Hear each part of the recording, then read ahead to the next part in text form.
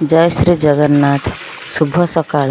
नूआ दिन नूआ अनुभूति सहित आपण मानक पाखरे मात्र गोटे मिनिट रे एक सुंदर दृश्य।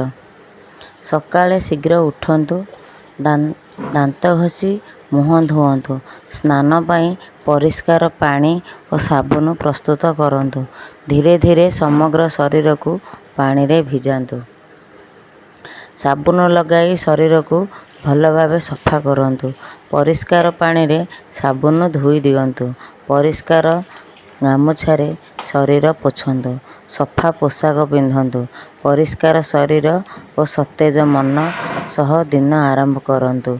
परिष्कार शरीरर सुस्थ जीवन, नियमित स्नान भल अभ्यास। भल पाइबा केवल कथारे नुहे, कामरे प्रकाश पाए।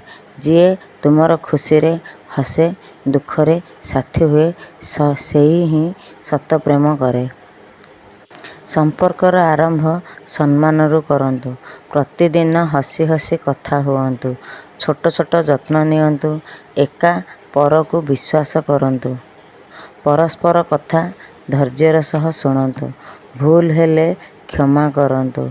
सुख और दुखरे सबुबेले साथी होई रुहंतु।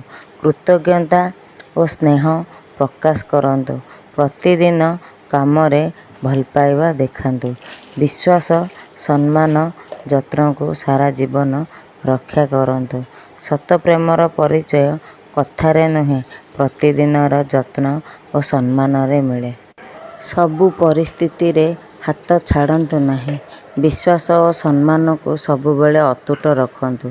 प्रतिदिन स्नेह रे जत्न रे जीवंत रहंतु।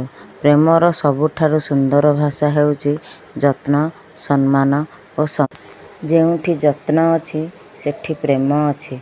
जेउठी सम्मान अछि सेठी संपर्क अछि। सारा जीवन अतुट रुहे।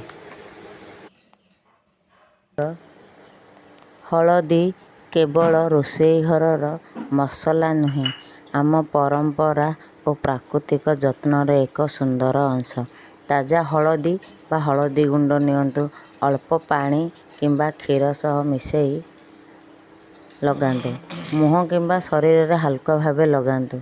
10-15 मिनट रखंतु। परिष्कार पानी रे धोई दियंतु। हलदी आम त्वचा को सफा और ताजा व सतेज रखे।